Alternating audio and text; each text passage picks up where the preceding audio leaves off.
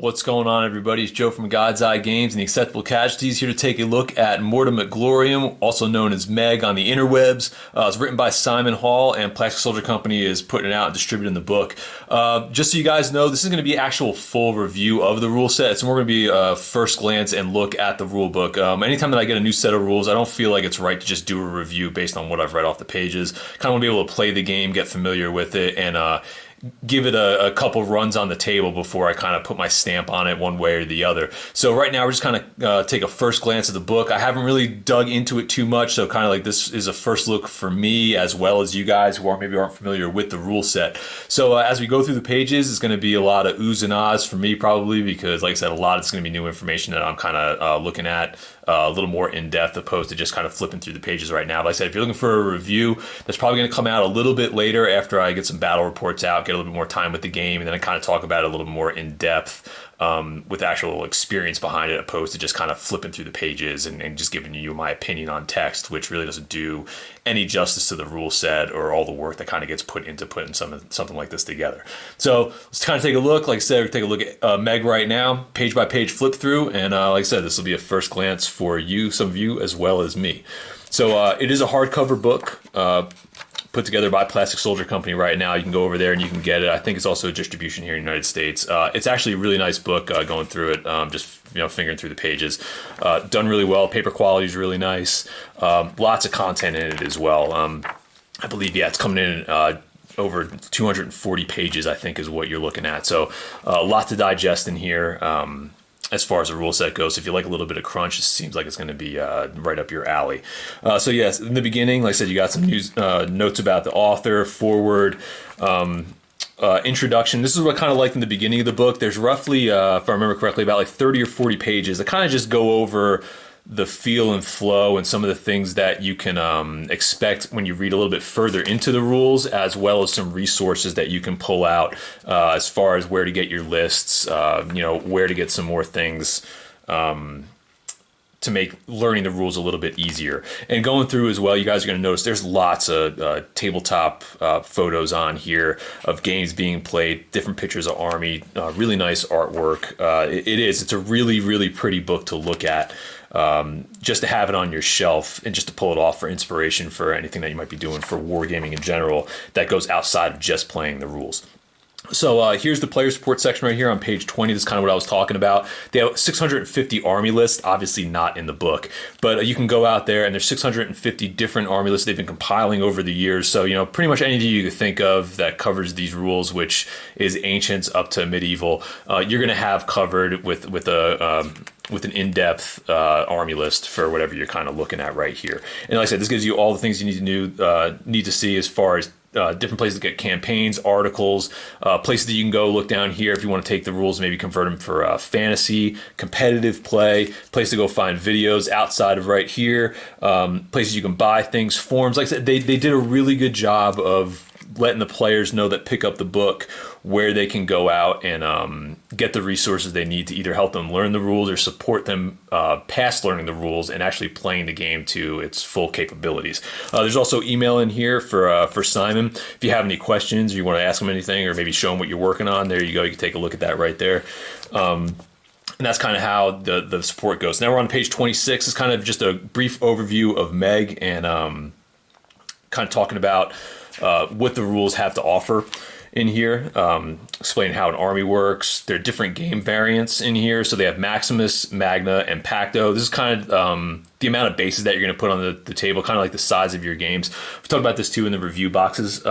It's kind of nice because they have it scaled to where you can play with maybe smaller bases, a slightly smaller point total, but still kind of get the full experience for Ancients. And that's kind of one of the big things I enjoy playing Ancients is the big grand visual look of the armies when they get on the table. I'm not a huge fan of like these small model count ancient rule sets, not because I think the rules are necessarily inferior. I'm saying the visual of tabletop wargaming. I think when you get these giant battle lines out there, especially with ancients and all the different colors and different types of units, it looks so much better when you have these large armies facing off against each other opposed to these smaller model counts. But the cool thing with Meg, just like kind of looking at that a little bit, is it has a way to kind of scale that to where maybe if you're building an army or you're not fully painted up or ready to drop it on the table. You can still play the game with a smaller amount of bases opposed to having these giant grand armies on the table. So it also scales to the player and the collection that they're building. Down here in section 5, this is on page 34. It goes over figures, bases, units, and armies. It tells you your basing size based on what scale that you're going to be doing, whether it's 28, 15, 10, or 6. Goes over your base widths, the depth, things like that. Also, how many figures per base. So it lays this out there. So if you have any other collections that you might play other stuff with, like we play Hail Caesar in 15 millimeter. So for how we handle it, right now it's 40 millimeter base width, and then the depth for infantry is 1 to 2 deep. So we have our stuff is pretty much already based for this right now. So if you play some other rule sets, you're probably gonna be able to bring over your stuff and play Meg, because it seems like it's kind of fits within the universal parameters for what's acceptable for ancients as far as basing goes. Down here, there's all different sorts of little assets on here to kind of go over this kind of stuff. Here you go. You got the Meg Maximus, Magna, and Pacto, which goes over, size of the bases and things that I was just mentioning a little bit earlier. I don't want to go too in depth in this because I don't want to lead anybody in the wrong direction without fully going over the rules and myself and reading through it in depth. They also go over different types of troop variety and classification in here. Also, I noticed too, flipping through, it is a 240-page book, but the font in the book and the amount of tables and photography, I don't want to say it bloats because that's a bad way to say it, but it fills the book out to more pages. So don't be intimidated by 240 pages of rules. I don't feel like it is 240 pages of rules. They just do a lot as far as helping you out with different types of tables, different types of photography, different things kind of going through it to make it as easy as possible for you to learn the rules. And like I said, the size of the text also helps with that a little bit too. I do my books the same exact way, where it's a little bit easier on the eye as opposed to having this like small 8 font text on the page where you have like tons of information. This way is a little bit easier to kind of glide through the book, find what you need, and then kind of digest it a little bit simpler, opposed to just having these massive walls of text everywhere. So yeah, that's kind of what you're looking at right here. This goes over weaponry right here for mounted combat, foot combat. It goes over different types of weapons, descriptions, and examples. So it's kind of nice. You can kind of read through here and maybe like look at what you're going to be bringing to the field. And what they are and examples of what they might be if you have something that might be in between, like a Falx or something like that, if you're running Thracians. Here's the same thing with missile weapons, armor, different types of armor that you can look at. Like I said, lots of tables, but it's also lots of good information, and you don't need all of it either, just depending on what army that you're playing, what era that you're playing, and a lot of this stuff will come into play specifically for what you're doing. You don't need to have all of the information on your brain as soon as you start the game. It seems like a lot of this stuff you can kind of gradually use or not use at all if you're not playing in those specific eras. So here you go, different types of bases, mixed units, complete armies. Here you go, getting started right here. It goes over the different learning resources or where you kind of find things to make life a little bit easier as far as forums and the rule book and Facebook groups. I've only gone through a little bit of the stuff online right now. I said I haven't dug in a ton, but it seems like they have a really good community out there, whether you're looking for competitive play or just play in general. There's a lot of good resources, and it seems like they're really good about answering questions for new players and getting people started with this, especially Simon Hall. Like I said, I don't talk to him directly, but I've seen him kind of just pop up on some of these ancient wargaming forums, and he seems like he's always there, either doing demo games and putting them up on Facebook or whatever other avenues they decide to use, or just interacting with the community in general. So if you're a new player, it seems like it's a pretty welcoming community to kind of get people started and get people rolling.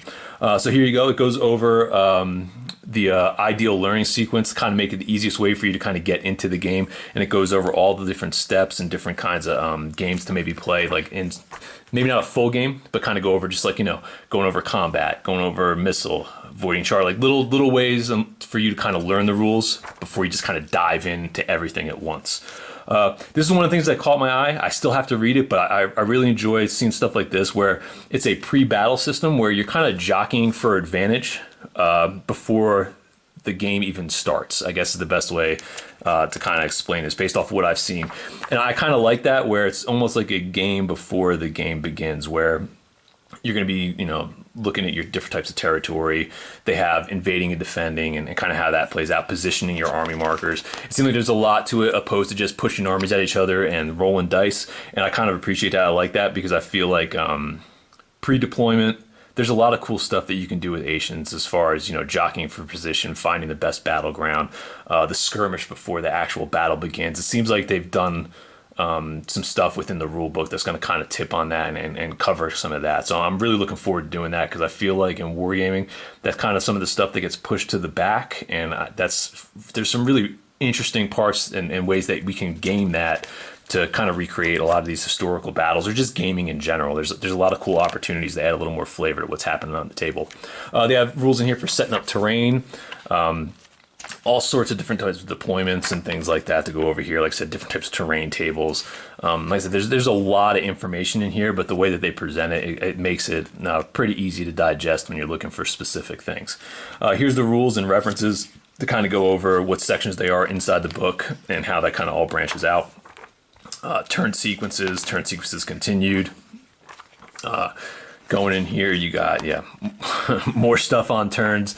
Like I said, there's a lot of information to digest, but I think they do a pretty good job as far as laying it out and making it easy to digest. So more universal rules, stuff that we're kind of used to as far as breakpoints go. General's movement, and I assume looks like they're going to be separately part, not necessarily attached to units. There's different rules in here for formations, legal formations, reforming ranks. Like I said, there's a lot of cool stuff in here. It also seems like this game is card driven, and I'll get into that too when I start playing the rules and explaining that a little bit more. But there is a card driven dynamic as well as some dice mechanics built into it as well. Here's a prompted actions table, sort of like, charging, movement. There's all sorts of different things in here. I'm not sure what the color coordination goes yet. But like I said, once I do the next video, as far as diving into the rules and I'm a little more comfortable with it, we'll go over a lot more of this stuff in depth. I'll probably actually get in contact with Simon Hall as well via the email he left in the front of the book to kind of pick his brain, so I can maybe pass the information out to some of you guys who are watching these videos and make sure you guys get the right information when I'm showing you how I'm playing as well. So as we're digging through right here, we're about 86 pages into it right now. There's shooting phase, movement phase, fighting phase. So it looks like there is different phases to the turn sequence as we go. Command in general, here's the command cards that I was talking about. Going into that a little bit further, I think this is how they do activations and things of that nature on here. Going in here, it's like I said, you have different levels of generals in here and how that works. So, your Alexander the Great isn't going to be the same as Joe Blow, which is kind of nice. You can get a little bit of variance there in how your armies handle on the tabletop outside of just your troop selection, but also your command. Here's other things here, different types of commands you can give. Dead and wounded, stunned generals, so you're going to have some variation there as far as, fallen officers on the battlefield.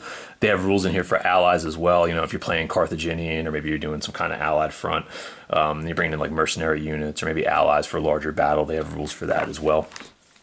Different types of formations in here. I always like this too, as far as how formations go. Hopefully they touch on this kind of stuff. Different ways to field your units opposed to just a standard block. When you're moving around and putting them in different formations in combat and how they interact with each other. I always appreciate having that kind of tactical flexibility, and it seems like they are covering that to a degree in here, so that'll kind of be nice. It looks like, reforming out of combat, reforming lines. So it seems like they do have some stuff in there to touch on that as well. Here's your movement over here, basically, movement, and not the most exciting thing to go over, so we'll kind of just flick through that right now. But like I said, what I was talking about before with the tables and the different graphs and things like that, they do a good job here of visually showing you how things work. As far as mechanics go, not just the tables of text either, but actually units, how they move, how you position them from phase, like step 1, 2, 3, so on. They do a good job visually showing that, especially in color too. So it's not like a drag on your eyes, like you actually kind of get drawn into these photos and digest it a little bit better. Like I said, and the photos going through here, they're absolutely fantastic. They did a great job with the variety of all the different armies. And the different tabletop shots that they got in here. There's a lot of really cool stuff in here visually in the book. They did a really nice job with it. So here's more stuff on formations, how to move units. Like here's giant walls of troops. You're gonna, your block wheel. So if you want to pivot units and move them as a whole, they have rules for that. So I kind of enjoyed that kind of stuff because it adds different tactical layers to the tabletop, especially in Ancients, where you don't want to move your individual units out on their own. You want to kind of use them as a solid force moving forward, because anybody who's left alone on the island is going to get, smashed, flanked. There's a lot of issues with it. So it's nice to see they have mechanics put in place to reinforce that kind of strategy when you're playing on the game, on the tabletop. So yeah, here we go, passing through friendly units. Like I said, a lot of movement, a lot of tactical stuff in these sections right here. But like I said, there's a lot of visuals as far as the tables to kind of explain all these different things. So for me, you know, obviously, you know, I can read through a set of rules and digest it and learn it by playing on the tabletop, but I get things a lot quicker visually, and it seems like this book does a really good job of presenting the rules in text as well as reinforcing that visually, which is kind of a nice option to have for some of us who draw things, pull things in a little bit easier that way. So here's, charges and responses for your mounted cav, chariots, things like that. Here we go. Let's see, different types of charges you can do. Flanks and rear charges, the path of your charge, whether you're going straight line or in the certain areas. So it tells you down here, like, you know, straight charge going through another unit or going around. There's different ways that you can do your path to charge as long as you connect with the unit, it appears. Flanks and rear charges, like I said, there's a lot of stuff in here. So if you like, it seems like if you like a little bit of crunch in your rule set, you're going to have it right here. This is going to be very vanilla, based off just going through, like I said, we're halfway through the book now at 124 pages, and I feel like there's a good amount of crunch in here where you're going to be able to kind of get some detailed wargaming, not just your simple push the models into each other, roll some dice and get a result. There's actually going to be some thought into how you perform on the tabletop and how the rules play out. So like I said, if you like a little bit of depth in your wargaming, especially for Ancients, this seems like it's going to be a rule set that's going to be right up your alley. Runaway and skirmisher responses. There we go. We got some Parthians in here. I love my Parthians. Hopefully they got some good rules in this. So it looks like they got stuff for like Parthian shot and, like, you know, actual skirmishing opposed to just pushing up close and firing a volley of arrows and then wait to get run down by infantry or cavalry. Seems like they actually have some stuff you can do in here as a skirmisher. Running away on table edges. So it looks like you're not just confined to the table. Shooting and charging. Yeah, so you got like crossing shots or defensive fire, all sorts of different stuff in here. Like I said, this actually is getting me excited to maybe get this out a little bit sooner than I thought I was going to do for a battle report. So like I said, we're on 135 right now. We're getting the meat potatoes of the combat right now, with your rank and file fighting. Going through here, it's like I said, a lot more. And like, you know, like I said, we're on page 130. I just want to reiterate this again. You know, we've seen a lot of rules and a lot of tables and a lot of, you know, photography or, you know, graphic input as far as, you know, walking people through the steps. At first glance, I think this rule book would be intimidating for the amount of crunch that's in it. But the reality of it is, after kind of looking through it, the second time right now, it's not as intimidating as I initially thought, just because, like I said, the amount of rules in here, they're reinforced with a lot of these visuals. Don't look at it as more layers to the rule set. It's a lot of reinforcement and kind of giving you visuals and tables to kind of show you how things work outside of just the text on top of these pages. So yeah, so don't look at it like this is like 240 pages of rules you have to digest. It isn't. It's much less than that. They just give you a lot more visuals to kind of look through it.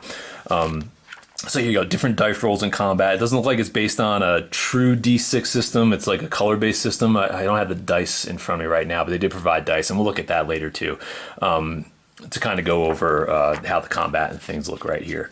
So here we go, yeah. So they have all the different way things goes, you know, like pike's charges from front and flank. So, you know, like I said, they have the Macedonians here against Gauls, to see how that kind of plays out. As far as the rules go, different types of melee combat, charge combat, how you're going to line up when you have blocks facing off against blocks. Like I said, lots of good stuff in here, lots of crunch. What else we got in here? Unit shattering. Oh, if they have shove rules, so you're able to actually push back. Not necessarily have to wait till you break a line, but maybe actually do some jockeying for position, whether you're like, you know, Spartan shield walls or anything like that, where you're going to slowly maybe be able to push back units and create like a little bend in their line, opposed to just have to wait until one unit breaks or falters one way or the other. Fighting in more than one direction, so you'll be able to fight, you know, to your front and to your flanks. I assume that'll be with a penalty put in there as well. So here we go, shooting. Any of you guys that like fielding siege equipment. I did see some stuff in there for whether it's scorpions or ballista. They do have some options for that outside of just like, your typical jabs or, your bows or slings. They do have some option in there for field artillery as well. So let's see in here, what else we got? Yeah, target priority. So arcs of fire, they have stuff for. So there is, it looks like there is some thought outside of just generic shooting rules, shooting over units and things of that nature. So yeah, that's good. Looks like the shooting rules aren't just like tacked on. There's actually some thought put into it. Slowing effects for rate of fire, casualty removal. Let's see, man, there's just so much stuff in here. Routes and pursuits, different breaking points for units, how units route, pursuing broken units. Lots of stuff in here. Kill a base test. So if you're, base removal and getting rid of units, recovering wounds, which I assume is some kind of rally mechanic to get your guys back in the fight. So like I said, I think it looks like if you've played Ancients in general, there's a lot of depth in here, but it seems like there's also going to be some areas for familiarity as well. Like I said, I come from a Hail Caesar background. I like that rule set, what it has to offer. But I see like a lot of stuff in here, just kind of flicking through the pages right now, where I'll be able to kind of digest this a little bit easier, because it seems like not necessarily the mechanics are the same, but the philosophy behind how you do some of these things as far as the rules go are similar. And I bet you'll see that if you're coming from some other rule sets as well, coming through here, you'll be able to kind of digest some of this stuff a little bit easier, depending on what you're looking at. Here's camps. Like I said, I come from the Hail Caesar. There's no camps in Hail Caesar when we play, so this is probably different. So I mean, if you're going to loot camps after you break somebody's line or get back there, take out supplies, I assume this is kind of how it goes. Maybe, I don't know if it's a victory condition or just a way to get victory points throughout the game. But yeah, there's a whole section in here on camps, losing camps. So here we go. Rule number 1, don't lose your camp. All right, so I assume don't lose your camp. All right, so over here, flank marches and ambushes. So they have different rules for this as well. So it looks like you can do some interesting different scenarios here, opposed to just squared off battles. You're able to do some ambush attacks and things like that, whether it's the whole unit or it goes into deployment. We'll have to look into later. Unusual troop types. Here we go. It's the bread and butter for me. So they got some stuff in here for elephants, battle wagons as well. So some of the stuff that you might not see normally on the tabletop. Same thing with the artillery, camels, firearms. They have a whole bunch of things in here. Stuff that you might not normally run into. Same thing with like mounting and dismounting units, stakes, barricades. So it's kind of cool. Looks like they have a lot of the stuff on here to where you're going to be able to jump between different eras of Ancients and Medieval and kind of be able to use some of those specialty units that might only kind of be pigeonholed into that select time frame. Fog of War rules in here. I wonder if this is for single player, or this is also stuff that you can use for 2-player games to kind of add that unknown factor to when you're playing. Let's see. What else we got in here? Campaign rules. If you guys watched our channel a lot, I'm a sucker for a good campaign. So it's kind of cool to see a little bit of thought and structure put into some of those games if you want to string them together and actually, put a little story into what you're doing on the tabletop, opposed to just having a battle on its own. They have different rules in here for weather as well. Some siege warfare stuff. Right in here, it seems like you got about 2 pages of siege. I don't know. We might dig into this because I went out and I got, I don't know what, I bought 4.5 feet siege war walls, and then Roman fort walls as well for something else that we're doing. So it's good, and we maybe actually be able to get that on the table and do some siege warfare stuff here for Meg as well. Once I get those painted up and get some of the other armies that we're working on done. For those of you who don't know, we got early Imperial Rome. I got Republican Rome coming in from Volley Fire Painting. Andy Singleton, he's doing them. So I have those coming in as well.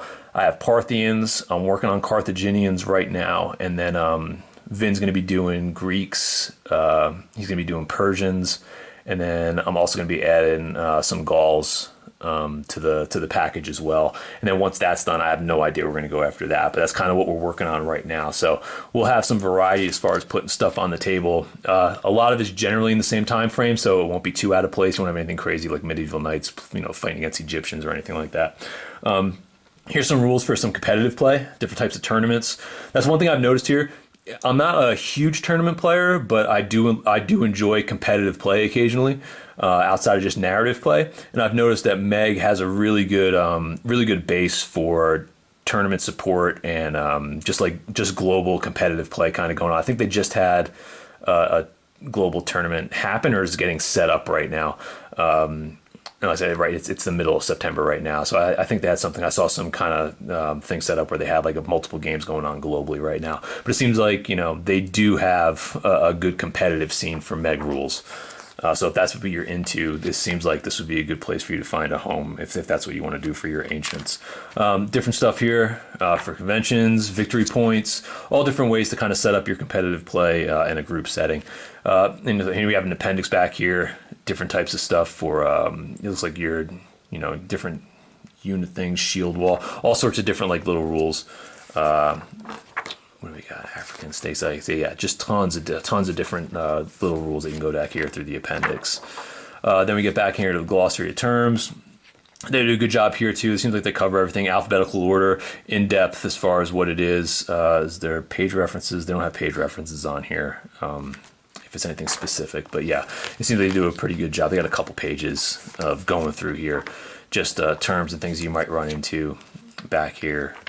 Yeah, I mean, there's a good amount as far as it covers that. So here's the army list back here. This is one of the things I did notice, and I kind of enjoyed as well. Was they do provide you with an army list in the back of the book. They have maybe I think it's like 10 or 12 of them. I haven't counted exactly. But for those of you who might not have your armies painted up or don't have actual like small blocks or things that you can use to represent your infantry, cavalry, and things like that.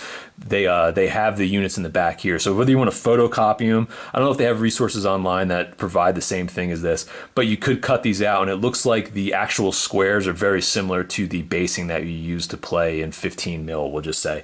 So it seems like you'd be able to cut these out, and you would be able to actually put them on the tabletop. Actually, if you guys wait a second, I can go over and I'll grab a base real quick, and we'll compare. So let's take a look. All right. So let's see here. These are my Romans with the same basing, and it seems like if you put both of these blocks together, you would get exactly that. You would get 40 millimeter frontage, and then you'd get the depth to match as well if you did two of these. So let's just see. Yeah, if you took the spacing out of how the printing goes. So if you have somebody who plays and already has a printed army, how it plays and already has a painted army ready to field, maybe you haven't bought your stuff yet, it's not painted and based or whatever it is, this seems like it's a pretty good option for you to kind of just be able to throw some stuff down, play the rules. It's already set up to where your basing and your frontages are going to be the same. It's better than just using little, white pieces of paper with the unit written on it. They have actual, color pictures and stuff like that. So if you want to copy this and print it out and cut it up, seems like it would be a good way to learn the rules as you're building and developing your armies. So yeah, this is kind of nice to have that in there. They have these in here, like I said, for later Republican Roman. They have the Gauls as well, with the accompanying list that goes in there, as well as like some little stuff, some notes and things that go with it. Same thing with the Parthians over here as well. So it's kind of cool. I appreciated that when I saw this in the book, because sometimes with ancients, the armies, it's a big project. It really is, and it's kind of hard to just get that on the table, especially painting after things are already based. I find it to be a little bit more difficult. So it's kind of nice to have at least a way to maybe play the game, get familiar with the game, already in the book, where it's not just pushing around, blocks of white paper with notes on it.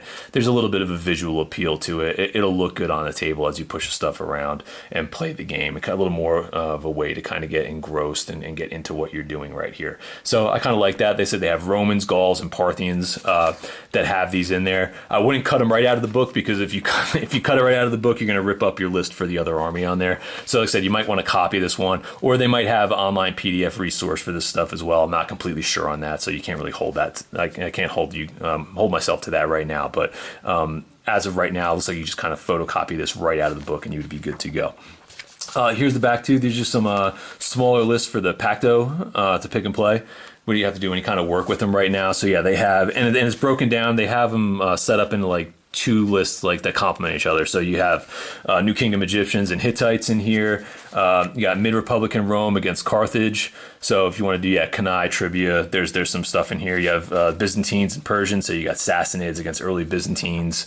So like I said, you have a couple of options just in the book on top of those 650 free lists that that you can kind of just go and find online right now and really kind of cater it exactly to what you want to play and do it that way. And I believe they just had Meg just had a supplement book that just came out as well. So there might be some different stuff in there as well. So here you go in the back. These are all your different, your QRS sheets. There's a good amount of them in here, but like I said, it seems like it covers anything that you would have going out. They're in the book. They're not like tearaways. So you will be using the back of the book, unless, like I said, you use some of the online resources that they have, and you'll probably be able to print these out and then use them that way.